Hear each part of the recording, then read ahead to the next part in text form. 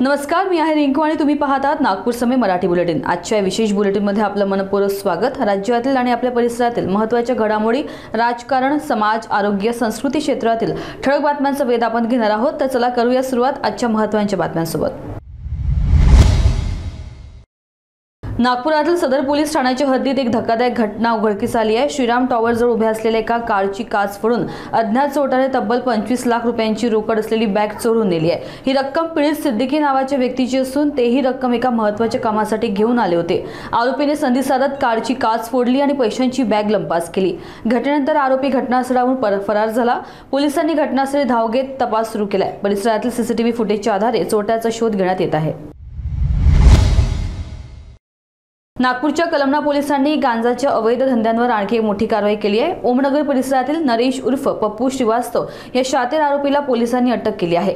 गुप्त माहितीनंतर पोलिसांनी त्याच्या घरी छापा टाकून तब्बल 1 किलो 940 ग्राम गांजा जप्त केला। या गांजाची बाजारातील किंमत सुमारे 51,000 रुपये आहे। पोलीस तपासात समोर आले की आरोपीवर यापूर्वीही NDPS कायद्याअंतर्गत गुन्हे दाखल आहेत। न्यायालयात हजर केल्यानंतर आरोपीला पोलीस कोठडीत पाठवण्यात आले आहे। आता पोलीस या नेटवर्कमधील इतर आरोपींचा शोध घेत आहेत। अकोला रेल्वे स्टेशनवर मंगळवारी कामाख्या एक्सप्रेसमध्ये एका 20 वर्षीय आजारी युवकाचा मृत्यू झाल्याने अफरातफरी मजली। मृत युवकाची ओळख सुशांत नित्यानंद मोटवाली अशी झाली असून तो ओडिशाच्या बालांगीर जिल्ह्यातील रहिवासी होता। सुशांतला त्याची आई उपचारानंतर मुंबईहून ओडिशाकडे घेऊन जात होती, मात्र नांदुराजवळच त्याची प्रकृती बिघडली आणि अकोला स्टेशन येईपर्यंत त्याचा मृत्यू झाला। मृतदेह मिळताच GRP आणि RPFने घटनास्थळी धाव घेतली। त्यांनी शोकाकुल आईला धीर दिला आणि मृतदेह पोस्टमॉर्टमसाठी अकोला जिल्हा रुग्णालयात पाठवला। याच दरम्यान काही रेल्वे कर्मचारी मात्र बाजूला बसून संपूर्ण प्रकार पाहत राहिले, पण त्यांनी ना त्यांना मदत केली ना संवेदना व्यक्त केली, जे आता सवालांच्या भोवऱ्यात आहे। राज्य सरकारने गुटख्यावर बंदी घातलेली असतानाही काही जण अजूनही त्याचा खुला वापर करताना आढळून येत आहेत। मात्र नांदेड जिल्ह्यातील धर्माबाद पोलिसांनी मोठी कारवाई करत गुटख्याच्या अवैध तस्करीचा पर्दाफाश केलाय।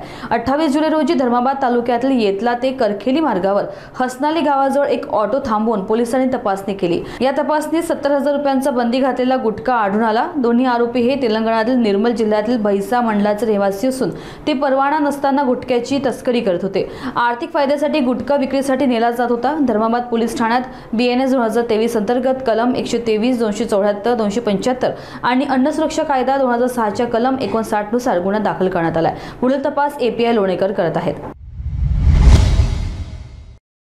एका बाजूला रेल्वेचे आधुनिकीकरणाचे दावे केले जात आहेत, तर दुसऱ्या बाजूला नागपूर जवळील कळमना रेल्वे स्टेशनची दयनीय अवस्था हे दावे खोटे ठरवत आहे। दक्षिण पूर्व मध्य रेल्वेच्या अंतर्गत येणारे स्टेशन सध्या अत्यंत खराब अवस्थेत आहे। प्लॅटफॉर्म नंबर 1 वर झाडी इतकी वाढली आहे की मच्छरांचा प्रचंड उपद्रव सुरू आहे। प्रवाशांनी सांगितले की जीन्सच्या आत मच्छर चावत आहेत, विचारणारे कोणीच नाही। फर्श ठिकठिकाणी तुटलेले आहेत, टाइल्स उखडल्या आहेत आणि मोठ्या मोठ्या भेगा पडल्या आहेत। बसण्याच्या जागा जाडीत हरवून गेल्या आहेत। छताची अवस्था इतकी खराब आहे की कधी कोसळण्याची शक्यता आहे। प्रवाशांनी रेल्वे प्रशासनाकडे प्लॅटफॉर्मची दुरुस्ती, झाडांची साफसफाई आणि नियमित फॉगिंगची मागणी केली आहे। पण प्रश्न असा आहे की स्वच्छ भारत आणि रेल्वे सुधार योजना फक्त कागदावरच आहेत का?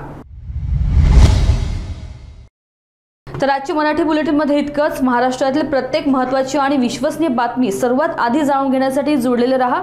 नागपूर समयसोबत पहा, जागरूक रहा, कारण इथेच मिळतात सर्वात अचूक बातम्या सर्वात योग्य वेळी। आपली आणि आपल्या कुटुंबाची काळजी घ्या। नमस्कार।